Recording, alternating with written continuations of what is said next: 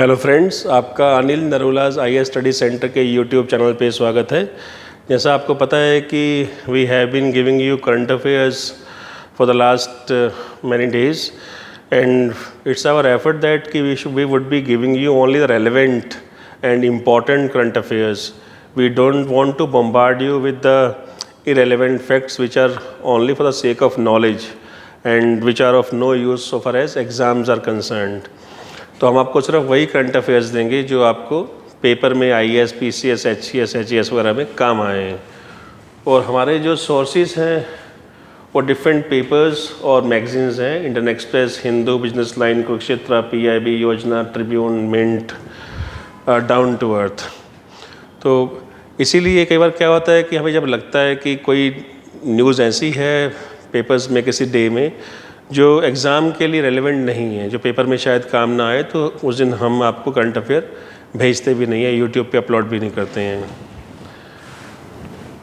आज के current affairs हम शुरुआत करते हैं. अब जो पहला है हमारा इम्पॉर्टेंट टॉपिक जो आपसे प्री में क्वेश्चन पूछ सकते हैं कि ओनली फॉर द ब्लाइंड लोगों के लिए जो इंडिया में पहली यूनिवर्सिटी बन रही है वो उड़ीसा स्टेट ने डिक्लेयर किया वो बनाएंगे. अभी तक प्लेस का नाम हैज़ नॉट बिन डिसाइडेड, लेकिन उनका जो नाम होगा यूनिवर्सिटी का वो श्री भीमा भोई जी के नाम से होगा, जो एक बड़े फेमस उड़िया पोइट हैं और सोशल रिफॉर्मर रहे हैं. उनका काफ़ी नाम है, तो उनके नाम से इस यूनिवर्सिटी का नाम होगा. ये छोटा सा फैक्ट है आपके लिए कि अराउंड 50 लाख लोग जो इंडिया में जो हैं वो ब्लाइंड हैं, उनमें से मोर देन 5 लाख लोग जो हैं उड़ीसा में हैं. तो उन सब की सपोर्ट के लिए, उनको एजुकेशन देने के लिए, स्किल्स देने के लिए, एम्प्लॉयमेंट की अपॉर्चुनिटीज़ देने के लिए ये यूनिवर्सिटी ओपन की जाएगी. हमारा सेकंड जो न्यूज़ है वो है इंडिया ने अब रिसेंटली अपनी न्यूक्लियर सबमरीन, जो सेकंड न्यूक्लियर पावर्ड सबमरीन है INS अरिघात, वो कमीशन करेंगे in latter part of this year. और अरिघात से पहले एक INS अरिहंत थी, वो ऑलरेडी कमीशन हो चुकी है. देखिए, दो बातें हैं. एक हम कहते हैं कि लॉन्च होना, एक होना है कमीशन होना. लॉन्च होना मतलब कि आपने उसे सी में उतार दिया है. अब वो सी में जाएगी तो सारे उसके ट्रायल्स होंगे कि उसकी मशीनरी सही काम कर रही है, कहीं से कोई लीकेज तो नहीं है, वेपन सही काम कर रहे हैं. इन जब सब ट्रायल्स पूरे हो जाते हैं, इंटरनल एक्सटर्नल, काफ़ी चला के देखते हैं उसको, जब लगता है कि सब कुछ परफेक्ट है, फिर उससे नेवी के अंदर उसको ऑफिशियली लेते हैं, उसको फिर पार्ट बनाते हैं नेवल फ्लीट का, तो उसे बोलते हैं कमीशन्ड होना. और जब तक वो कमीशन नहीं होती है, सिर्फ वो लॉन्च करते हैं, इट मीन्स वो क्या हुआ है, सिर्फ उसके ट्रायल चल रहे हैं. तो जो अरिघात INS अरिघात, इसे विशाखापट्टनम में नवंबर 2017 में लॉन्च किया गया था, यानी 7 साल से इसके ट्रायल चल रहे हैं. और ये SSBN है. SSBN क्या होता है इसको मैं अभी अगली स्लाइड में बताऊंगा अभी आपको. ये न्यूक्लियर पावर्ड, यानी जो इसका फ्यूल है वो न्यूक्लियर फ्यूल है. और सेकंड, इसमें न्यूक्लियर बैलिस्टिक मिसाइल्स भी चल सकती हैं इससे, यानी ये न्यूक्लियर मिसाइल्स ले जा सकती है, उन न्यूक्लियर मिसाइल्स को ये लॉन्च भी कर सकती है. तो स्ट्रेटेजिकली काफ़ी इम्पॉर्टेंट ये एक डेवलपमेंट है. और जितनी भी न्यूक्लियर मिसाइल्स हैं, जिनमें न्यूक्लियर जो सबमरीन्स हैं, उनकी जो कैपेसिटी है, जो रेंज है, वो काफ़ी ज़्यादा होती है. वो काफ़ी लंबे टाइम तक बिना रिफ्यूल हुए सी के इनसाइड, पानी के इनसाइड रह सकती हैं और काफ़ी दूर तक वो मार कर सकती हैं.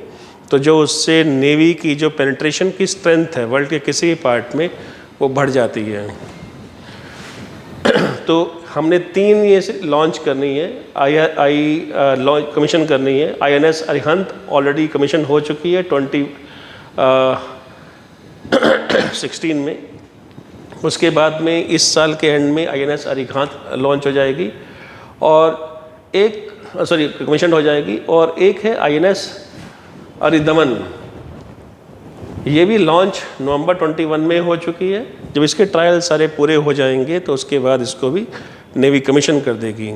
तो इन तीनों के आने से जो हमारी नेवी की एक स्ट्रेंथ है, Arabian Sea, Bay of Bengal, Indian Ocean, इन सब में हमारी स्ट्रेंथ काफ़ी इंक्रीज़ हो जाएगी. और वो हमारे लिए ज़रूरी भी है, keeping in view the kind of danger China is posing to our part. Of Indian Ocean. अच्छा, ये जो बनी है सबमरीन अरिघात, ये विशाखापट्टनम के नेवी के शिप बिल्डिंग सेंटर में बनी है, विशाखापट्टनम में, और इसको बनाया गया रशिया की असिस्टेंस से। काफ़ी सारा पार्ट इसमें इंडिजिनियसली हमने बनाया है, अपने पास अपने ही इंडिया से यूज़ किया है, भारत से यूज़ किया, और कुछ रशियन असिस्टेंस भी इसमें है। इसकी जो टॉप स्पीड है वो 24 नॉट की है। नॉट जो स्पीड होती है वो सी में स्पीड जो होती है और नॉट में आती है, किलोमीटर या माइल पर आवर में नहीं रहती है। और जो सरफेस की स्पीड है वो उसकी 10 नॉट की है। इसमें 12 K-15 Sagarika submarine ballistic missiles वो लॉन्च हो सकती हैं, जो DRDO ने, defence research and development organisation of India, उन्होंने प्रिपेयर किए हैं, डिज़ाइन किए हैं। और इन मिसाइल्स की रेंज जो है 700 किलोमीटर है। जो तीसरी हम INS अरिदमन लॉन्च करेंगे, उसमें जो मिसाइल की जो रेंज होगी वो 3500 किलोमीटर होगी। यानी इस सबमरीन से जो INS अरिघात है, फ़िलहाल हम 700 किलोमीटर तक की रेंज की मिसाइल जिससे लॉन्च कर सकेंगे, यानी उतने लंबे दूरी तक के टारगेट को हम पेनिट्रेट कर पाएंगे। और जो अगली है INS अरिदमन, उससे 3500 किलोमीटर की रेंज के टारगेट्स जो हम पेनिट्रेट कर पाएंगे। इसमें 4 लार्ज वर्टिकल लॉन्च सिस्टम्स हैं, ये आप देख सकते हैं। ये वर्टिकल सिस्टम इन 4 ये सिस्टम जहाँ से मिसाइल वर्टिकली लॉन्च होंगी। ये देखिए, यहाँ से लॉन्च होकर ऊपर जाएंगी, उसके बाद ये अपने टारगेट को हिट करेंगी अप टू 700 किलोमीटर्स तक। अब देखिए, यहाँ 2 बातें मैंने कहा था मैंने आपसे कि मैं बताऊंगा अभी आपको डिफरेंस क्या होता है SSN और SSBN में। SSN जो है उनको हम बोलते हैं फास्ट अटैक सबमरीन्स, उनको एक और नाम भी आता है submersible ship nuclear, SSN submersible जो पानी में है, शिप न्यूक्लियर। और SSBN का नाम है submersible ship ballistic missile nuclear. Ballistic missile long distance cover करती हैं हमेशा। तो कॉमन फैक्टर क्या है दोनों इनमें, कि दोनों ही पावर्ड बाय न्यूक्लियर रिएक्टर्स हैं। और जो डिफरेंस है इसमें ऑब्वियसली जो रेंज का, टाइप ऑफ वेपन्स का, नेचर ऑफ वेपन्स का और डिज़ाइन का फ़र्क रहता है। जो SSBN है, इसमें नाम आ गया है बैलिस्टिक, इट मीन्स वो लॉन्गर डिस्टेंस की मिसाइल को कैरी कर सकती है। और जो SSN है उसमें शॉर्टर डिस्टेंस की मिसाइल रहती हैं। और जो SSN है उनका एक और पर्पज़ भी है, उनसे उनको सर्विलांस और इंटेलिजेंस के लिए भी यूज़ करते हैं।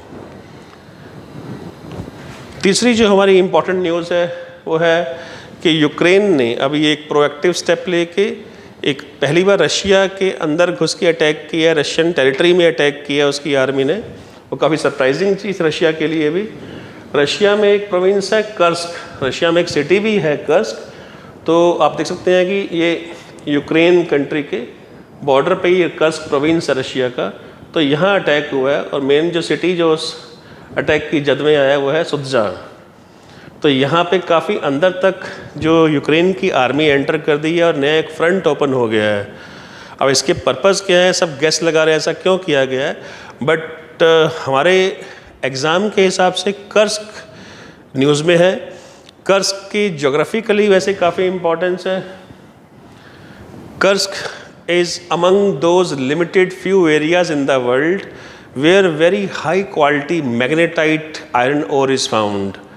ऐसा और इतनी अच्छी क्वालिटी का जो आयरन है वर्ल्ड में बहुत कम जगह मिलता है। जैसे कर्स्क में एक माइन है मिखाइलोवस्की माइन, आयरन माइन, जो ये दिख रही है आपको, ये वर्ल्ड के one of the best iron को प्रोड्यूस करती है। तो कर्स्क में बहुत ह्यूज क्वांटिटी में आयरन ओर है।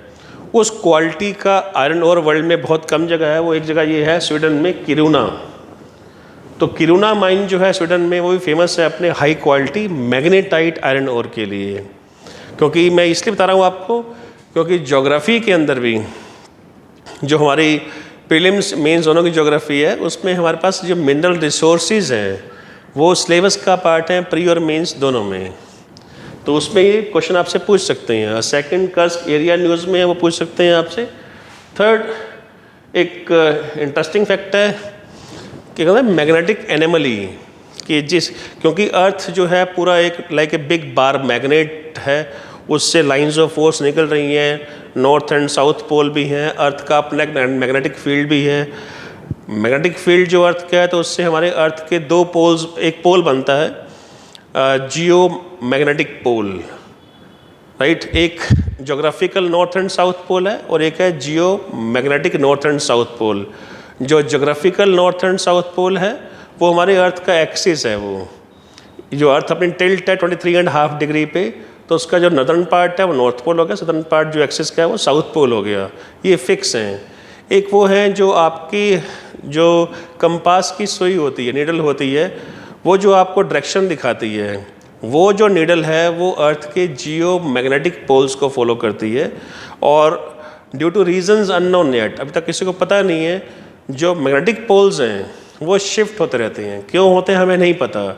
तो कुछ एरियाज़ वर्ल्ड में ऐसे हैं वर्ल्ड में कि जहाँ पर डिफरेंट टाइप की आपको जो मैग्नेटिक पैटर्न्स मिल जाते हैं। जैसे मान लीजिए अभी नॉर्थ इस साइड में है, इधर साउथ है, तो किसी किसी जगह पे आपको यहाँ नॉर्थ मिल जाए, यहाँ साउथ मिल जाए, रॉक्स के अंदर उनकी मैग्नेटिक प्रॉपर्टीज़ में, कहीं पे यहाँ नॉर्थ यहाँ साउथ मिल जाए, कहीं पे यहाँ पे नॉर्थ यहाँ साउथ मिल जाए, यानी आजकल की मैग्नेटिक लाइन के बिल्कुल ऑपोजिट प्रॉपर्टी मिल जाए। तो वो कुछ रेयर जगह जो वर्ल्ड में है उनमें से कर्स्क भी है। इसे हम बोलते हैं मैग्नेटिक एनामली। एनामली मीन जहाँ डिफरेंट टाइप के मैग्नेटिज्म के पैटर्न्स मिलते हैं जो आजकल के प्रेजेंट जियो मैग्नेटिक पोल को फॉलो नहीं करते हैं। जैसे आजकल मान लीजिए ऐसे नॉर्थ एंड साउथ है, तो पूरे वर्ल्ड की रॉक्स जिनमें मैग्नेटिक प्रॉपर्टीज़ होती हैं उनके रॉक्स में जो सब्सटेंसेस होंगी वो भी अपने आप को अलाइन कर लेती हैं उस टाइम के जिस मैग्नेटिक पैटर्न के अकॉर्डिंग। तो जहाँ पे ऐसी चीज़ नहीं मिलती है वहाँ पे कई पैटर्न्स मिलते हैं, उन्हें हम बोलते हैं मैग्नेटिक एनामलीज। तो ऐसी वर्ल्ड में बहुत कम जगह है जहाँ पर ये एनामलीज बहुत ज़्यादा मिलती हैं, राइट। तो उनमें से एक कर्स्क भी है, इसलिए इस कर्स्क को हम बोलते हैं कर्स्क मैग्नेटिक एनामली, यानी वहाँ पर मैग्नेटिज्म के जो पैटर्न्स हैं वो बिल्कुल डिफरेंट भी मिलते हैं आपको डिफरेंट डेप्थ पे। तो ये हम कभी पूरे चैप्टर को बड़े ध्यान से, बड़े आराम से स्टडी करेंगे क्योंकि एक इम्पॉर्टेंट पार्ट है ज्योग्राफी का भी। और फिलहाल करंट अफेयर में इतना ही। और सेकंड जो है, सेकंड वर्ल्ड वॉर में इस कर्स्क का बहुत इम्पोर्टेंस है। हिटलर की आर्मी जो थी वो दो जगह से हारनी शुरू हुई थी रशिया में। एक कर्स्क में जहाँ पे मोर देन 500 टैंक्स जो थे हिटलर के वो डिस्ट्रॉय किए थे रशियन आर्मी ने, और एक बैटल ऑफ स्टालिनग्राद हुई थी। और इन दो बैटल्स के बाद में रशिया की आर्मी का मोरल बूस्ट हुआ और रशिया की आर्मी जो है वो हावी हो गई हिटलर की आर्मी पे, और हिटलर की आर्मी ने पीछे हटना शुरू किया।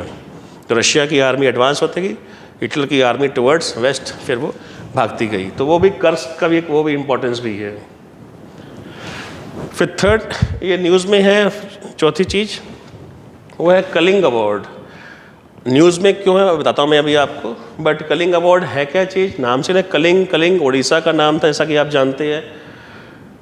Kalinga award is given by UNESCO for the popularisation of science. Science की पॉपुलराइजेशन के लिए जो पर्सन साइंस को पॉपुलर करने में अपना कंट्रीब्यूशन दे रहा है उनको ये अवार्ड यूनेस्को देता है। और ये यूनेस्को का ओल्डेस्ट अवार्ड है।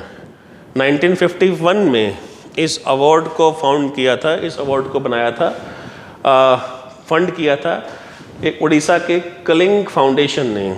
और वो जो कलिंग फाउंडेशन था उसके फाउंडर प्रेसिडेंट थे बीजू पटनायक। वो बाद में उड़ीसा के सीएम भी बने थे। वो पहले रॉयल इंडियन एयरफोर्स में पायलट भी थे, और उनके जो बेटे थे वो longest serving CM of Orissa Shri Naveen Patnaik, वो उनके बेटे हैं। तो उनके टाइम पे ये अवार्ड शुरू हुआ था कलिंग अवार्ड।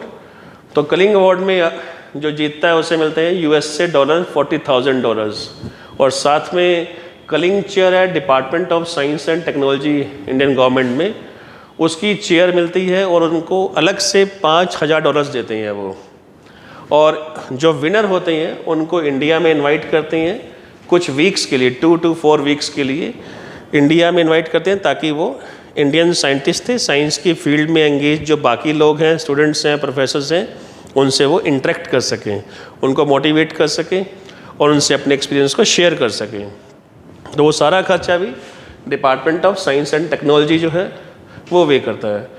अब जो department of science and technology, Kalinga foundation and Orissa की स्टेट गवर्नमेंट ये पूरे अवार्ड के पैसे को शेयर करती हैं 6:4 की रेशियो में। तो जो मैक्सिमम जो पैसा इस अवार्ड का है वो department of science and technology देता है गवर्नमेंट ऑफ इंडिया का। अब इस अवार्ड के जो विनर हैं उनको सिलेक्ट करने के लिए जो director of general of UNESCO हैं वो इनको सिलेक्ट करते हैं, बट उन्हें जो है एक 5 मेंबर्स की ज्यूरी जो है वो रिकमेंड नेम करती है और जो science analysis and policies division है यूनेस्को का वो इस अवार्ड को एडमिनिस्टर करता है। और जो अवार्ड जब दिया जाता है कब देते हैं, ये वर्ल्ड साइंस डे जो 10 नवंबर है बुडापेस्ट सिटी में, जो हंगरी की कैपिटल है, उस सिटी में इस अवार्ड को दिया जाता है। अब ये न्यूज़ में क्यों है, उसका रीज़न ये है कि जो गवर्नमेंट ऑफ इंडिया ने जो अवार्ड का जो पैसा है वो स्टॉप कर दिया है, राइट। जो मिनिस्ट्री ने इस अवार्ड को सपोर्ट करना बंद कर दिया है। तो उड़ीसा गवर्नमेंट ने अभी रिक्वेस्ट की है कि ये ना किया जाए क्योंकि बड़ा प्रेस्टिजियस, बड़ा ओल्ड अवार्ड है, ये कंटिन्यू रहे। उसका रीज़न गवर्नमेंट ऑफ इंडिया ने ये दिया है कि गवर्नमेंट ऑफ इंडिया ने पिछले सारे साइंस अवार्ड्स को ख़त्म करके एक सिंगल अवार्ड कर दिया है। उसका नाम रखा है विज्ञान पुरस्कार। तो पहले विज्ञान पुरस्कार से पहले शांति स्वरूप भटनागर अवार्ड हुआ करते थे साइंस के फील्ड में, जो इंडिया का टॉप साइंस का अवार्ड था। जितने बाकी साइंस के अवार्ड सबको क्लब करके अल्टीमेटली हमने एक अवार्ड बना दिया है विज्ञान पुरस्कार। 2024 में अगस्त में पहला विज्ञान पुरस्कार मिले हैं। उन विज्ञान पुरस्कारों को हमने 4 कैटेगरी में डिवाइड कर दिया गवर्नमेंट ने। पहला है विज्ञान रत्न, जो मिलता है लाइफ टाइम अचीवमेंट के लिए कि आपने साइंस के फील्ड को कंट्रीब्यूट जो किया है, पूरी लाइफ टाइम आपने जो है कुछ दिया है साइंस के फील्ड को, कुछ अचीवमेंट्स हैं आपके उस फील्ड में, तो आपको उसके लिए ऑनर करते हैं। फिर विज्ञान श्री है, किसी एक खास डिस्टिंग्विश काम के लिए, किसी एक खास जो काम आपने किया है एग्रीकल्चर में, मैथमेटिक्स में, फिज़िक्स में, केमिस्ट्री में, बायोलॉजी में, राइट, इन सब डिफरेंट फील्ड्स में, तो उसके लिए मिलता है विज्ञान श्री।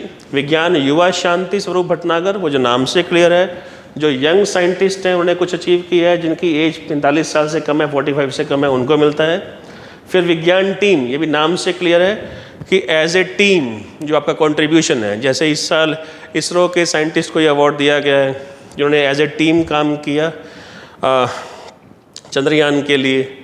तो ये डिफरेंट कैटेगरीज हो गई। तो 13 डोमेन्स हैं, उनमें ये 4 कैटेगरी में। डोमेन्स मीन कि साइंस के फील्ड में, अब क्योंकि साइंस काफ़ी ब्रॉड फील्ड है, एग्रीकल्चर में भी आता है, उसमें साइंस आ जाती है, उसमें टेक्नोलॉजी वाले पार्ट में भी आएगा, स्पेस में भी आएगा, ये माइक्रोबायोलॉजी में भी आएगा, मैथमेटिक्स में भी आ सकता है। तो डिफरेंट ये जो फील्ड्स हैं, डोमेन्स हैं, उनमें टोटल ये 4 कैटेगरी बन जाती हैं।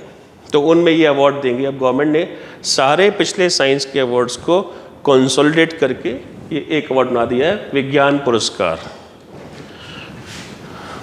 तो आज के लिए इतना ही। बाकी जो भी न्यूज़ इंपॉर्टेंट रहेगी हम आपको टाइम पे बताते रहेंगे। आपके कोई भी डाउट है IAS PCS की गाइडेंस के बारे में, या कोई प्रिपरेशन के बारे में, बुक्स के बारे में, या आपको वैसे ही कोई गाइडेंस चाहिए, कुछ आपको क्वेश्चन पूछने या कुछ मिथ्स हैं IAS के बारे में, तो आप हमें इन नंबर्स पे कॉल करके पूछ सकते हैं। ठीक है, राइट, थैंक यू।